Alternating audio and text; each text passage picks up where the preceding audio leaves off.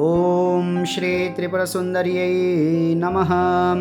सौंदर्यलहरी श्लोक 89-90।